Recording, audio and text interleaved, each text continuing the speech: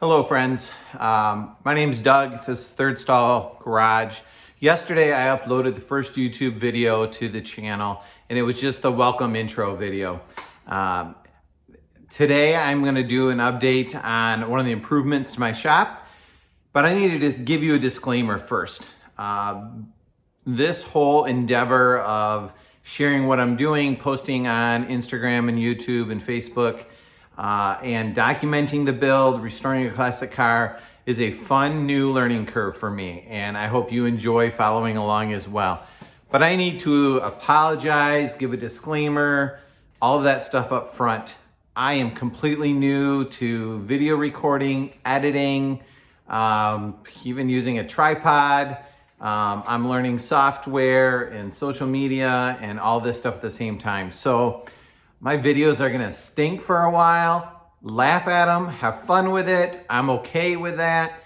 Hopefully you'll subscribe and follow along, and they'll get better as we go. And maybe one thing that these video series will do is show that a 50-year-old can learn new things too. So thanks for being part of it. I hope you learned something.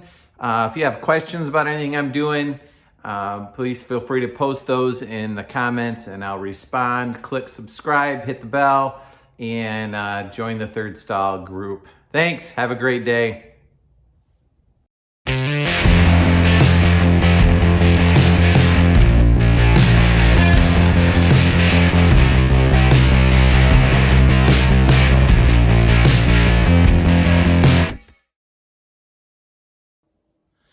Hi guys, welcome to the Third Stall Garage. Today I'm going to give you an update on my latest shop improvement. I am blessed to have an upstairs to my shop that I was able to build in the trusses, and I have a stairwell going up there, but I need to insulate it because I am not heating the upstairs. And I want to show you this. Right now. My thermostat says low. That is because it is about 16 degrees outside and it is not warm in here. So here's my stairs going up. And right now, all of the heat in the shop just goes straight upstairs. So what I'm in the process of doing is insulating this. Now my ceiling has 2 inches of styrofoam and then 8 inches of fiberglass batt. So it is insulated really well, and the walls are insulated. Soon I need to insulate the garage door because that's a big metal heat sink for me as well. So the garage door and the stairwell are my latest challenges. Let me show you what I'm gonna do here. I bought some giant chunks of styrofoam off of Facebook Marketplace. They're 7 and 8 inches thick, and that's what I'm gonna use to build the trap door here for my stairwell. So I've got a 2x6 on the bottom here, and I'm in the process of putting a 2x4 on top of that, which will screw in. So just scraps of lumber. They're not pretty, but they don't need to be. And then I'm gonna put a hinge right here and a door hinge there. This part behind will be permanent and stay there. The part in front of here will be a kind of a large trap door that pivots up. Lifts by rope from below, and then when I let the rope down, it'll drop down and keep all the heat down below.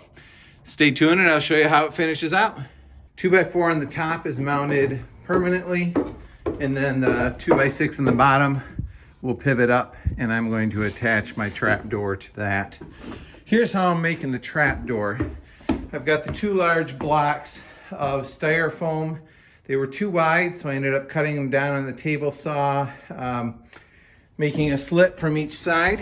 You can see one cut going up here, top from the bottom. Didn't quite meet in the middle, so I took a handsaw, cut that out. I've got 2 2x4s underneath that will run the length of it. Eventually those 2 pieces will butt together. And I need to attach the styrofoam to the 2x4s. So I picked up 4 of these 10-inch long screws. I think they're used for landscape timbers, attaching landscape timbers. And I'm gonna simply run it through this top board, acting like a giant washer down through, sandwiching the styrofoam, and it will go into the 2x4. Just ran into a little problem. The head of these are some really funky 8-point bit. I did not notice that when I picked them up at Lowe's. 16 degrees out. I don't want to go out and get in the car and drive to Lowe's and buy them. So what I'm going to do is weld a little nut on top of there so I can use a nut driver chucked up in the drill bit to drive those down in. I'll show you downstairs how I'm doing that. All right, so I have one of these 10-inch screws set up in the vise. I ground a little bit off so I have an electrical contact and put my welding clamp on the vise. I'm simply going to tack weld the nut on the top. If I weld it on the outside, that's going to interfere with my socket going on. So I plan on welding on the inside, and the end result will look something like this. Not amazingly pretty. I ended up blowing out one side of the nut. I got it a little too hot, but it should work enough to hold it on. I'll tell you if they work.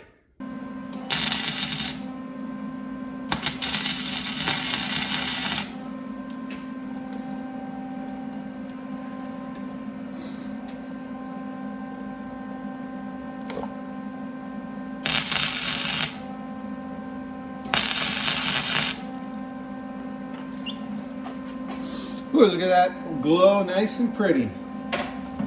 So this one actually came out a little better than the first one, which makes sense, you learn as you go. So you can see, ooh, it's nice and hot. And clean that up, that should work well. So I'm wrapping up my stairway insulation project, and I used 1/4-inch polypropylene rope. I got it at Lowe's. It was the least expensive hollow braided polypropylene rope, 1/4-inch diameter. It's rated for 95 pounds. Got it partly because it was the most affordable, partly because it's strong, and partly because it's slippery and it slides across things. I've got it running through a pulley and an eyelet. One of the downsides to this stuff is it's really hard to tie knots in. So let me show you what I do. I just take a regular ballpoint pen, got it so you just have the hollow tube, and slide the end of the rope inside the pen. And what you'll do is you're going to take, with your one hand, hold that rope inside the tube. With the other hand, you're going to squish the rope together to open it up. So take the pen, slide it through the rope quite a ways, depending on how strong you need it to be. Often I'll do, 3-4 inches for something light. For something that's a little more critical, I'll go with as much as I can. And you're gonna just keep sliding the rope through. Make sure it doesn't fall out the back of the pen. Once you feel like you've got it far enough along, you're gonna take the pen and jump back out of the rope in rope, string, I'm not sure what the difference is. Somebody will probably tell me. Just keep working your way along until you can pull the pen out without losing the end of the string that's inside the pen, which gets a little tricky. Sometimes it just takes a little finesse in. Sometimes you get lucky, sometimes you don't. I didn't, but I got it a long ways in there. So my loop is doubled over probably a good 10-12 inches. Gives me a nice loop on the end, and that is strong. It locks down on itself. Now I'll show you what I did. Hi. Let me show you what I did over here on the stairwell. So, it's not pretty. I would like to face it with veneer cedar like I did for the walls to blend it in, but it seals nice. Above, I have that yellow polypropylene rope going up to a pulley on the ceiling, down to a hole on the wall, and then to a lever right here. And I'm just gonna use it for a little while before I make something final. But basically, I grab the lever,